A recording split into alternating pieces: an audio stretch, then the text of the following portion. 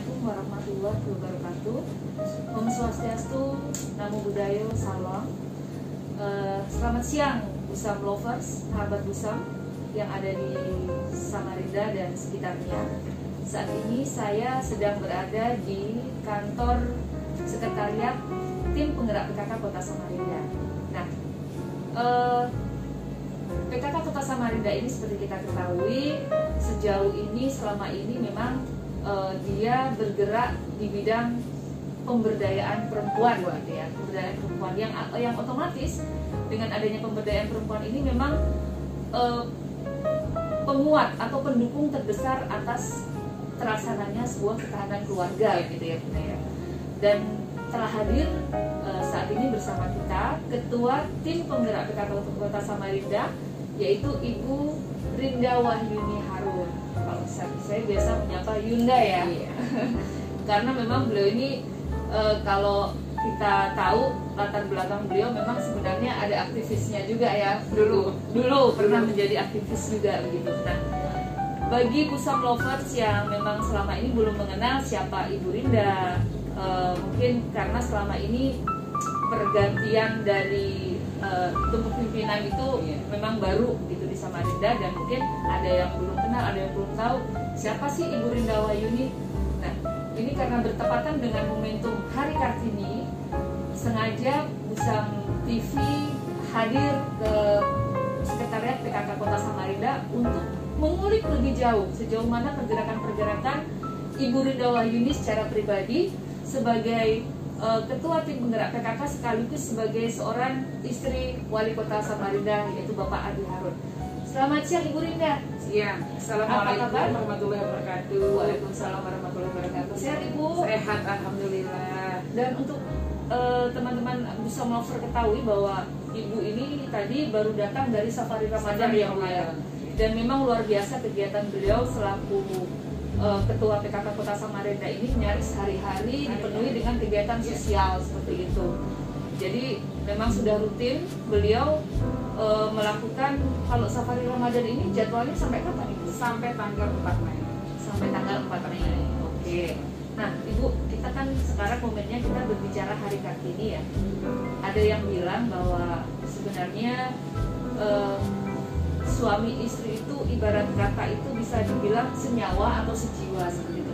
Kalau bahasa Jawa bilang sebenarnya istri atau suami itu dibilang garwo itu bojo, sigarane nyowo gitu.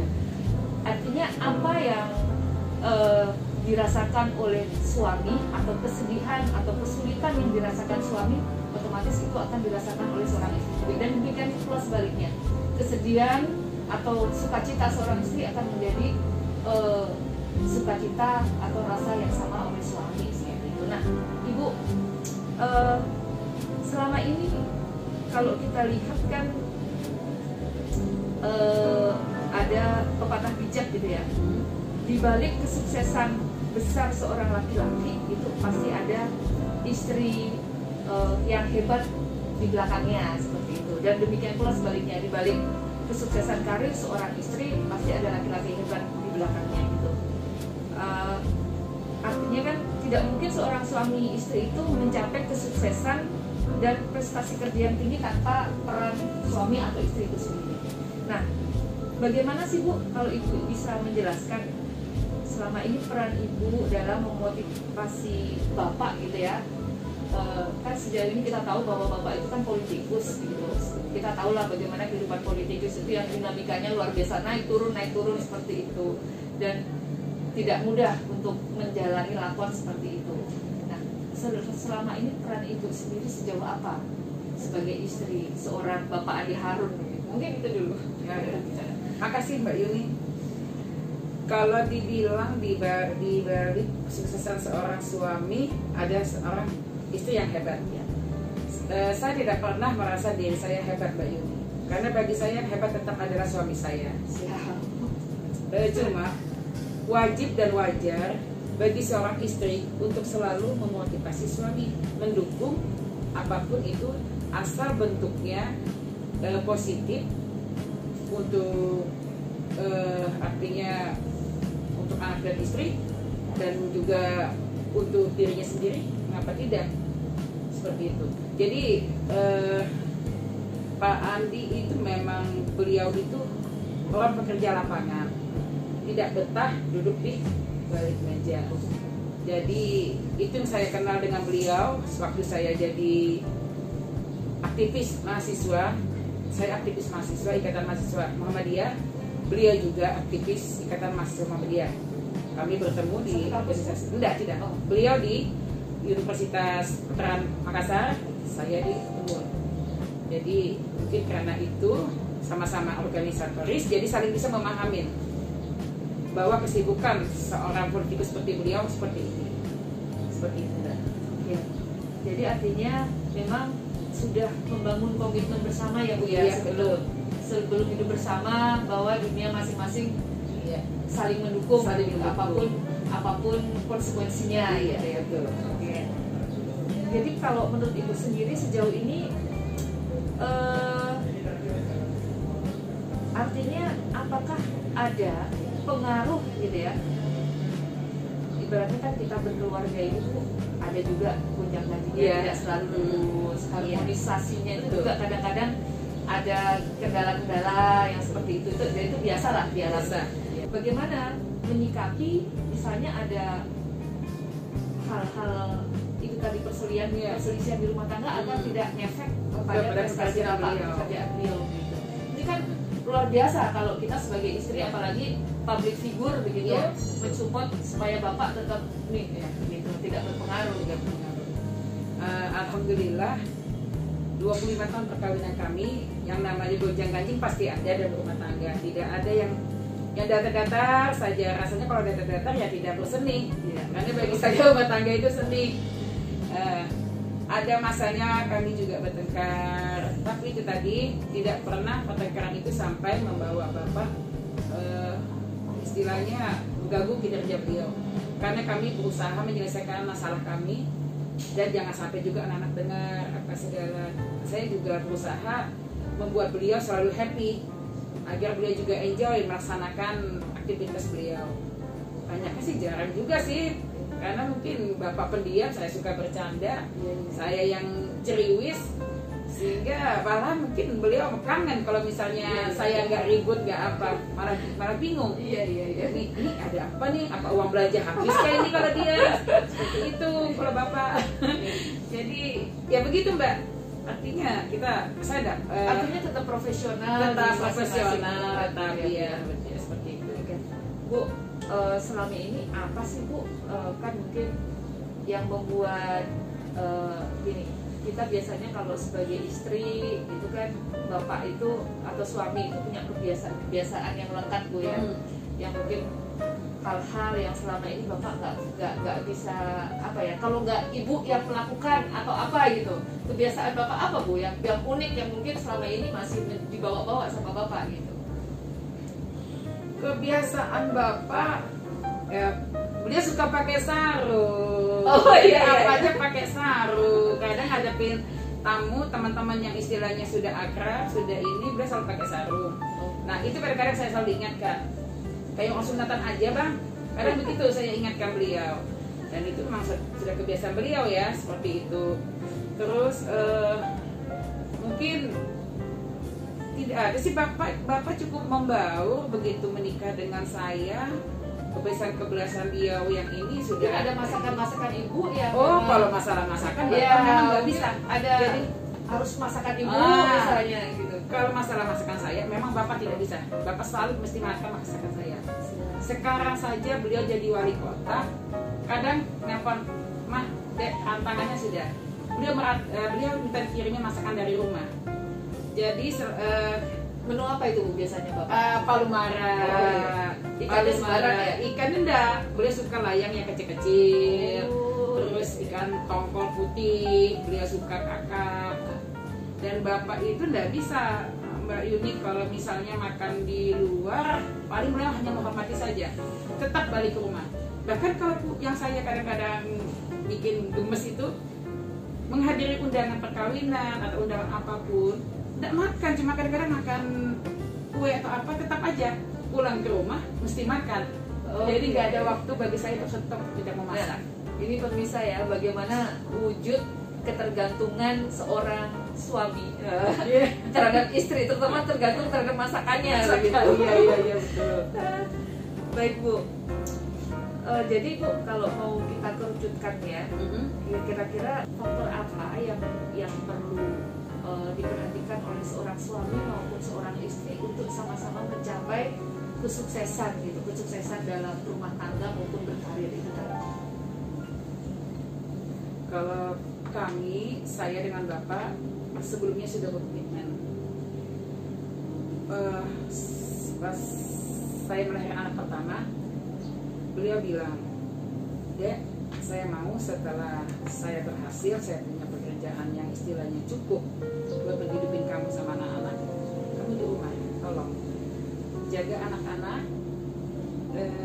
jaga rumah, jaga juga saya. Saya datang ke rumah, saya disambut oleh anak dan istri saya."